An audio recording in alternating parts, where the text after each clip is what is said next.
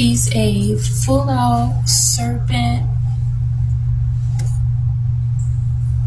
and people are making excuses and saying that it is an homage to anime, an homage to creativity, everything but what it actually is, with hand symbolism and all that. Okay, so I want to just give my own little 2 cents, just yapping for a few seconds. Okay, I get it.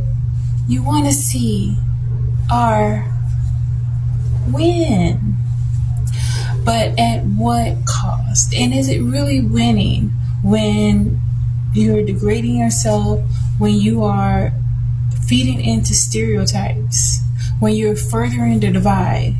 Because if you have this position and you're incentivized to put out all type of content, it doesn't matter how misleading it could be. The more salacious, the more over-sexualized, the more they're putting this type of content out. And although you want to see women like ourselves do well, but they're truly not doing well. They're unwell, and they're passing on their unwellness to the masses, misleading a lot of people, not just children, but even adults are just so immersed in this debauchery, this very like promoting sin to the point where it's desensitized.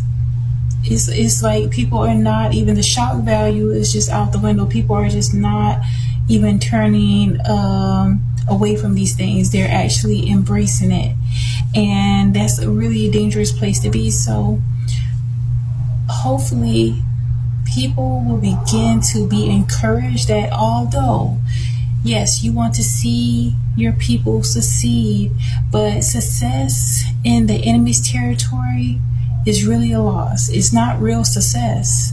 It's dysfunctional. It's demonic. Dare I say that? They're pretending to be demons, but dare you have the audacity to call it demonic?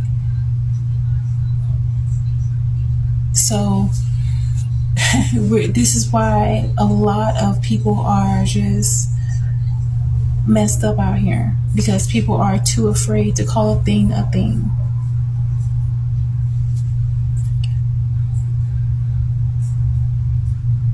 It's time to get it together, and it's time to cut losses with feeding into degenerate behavior that misrepresents us.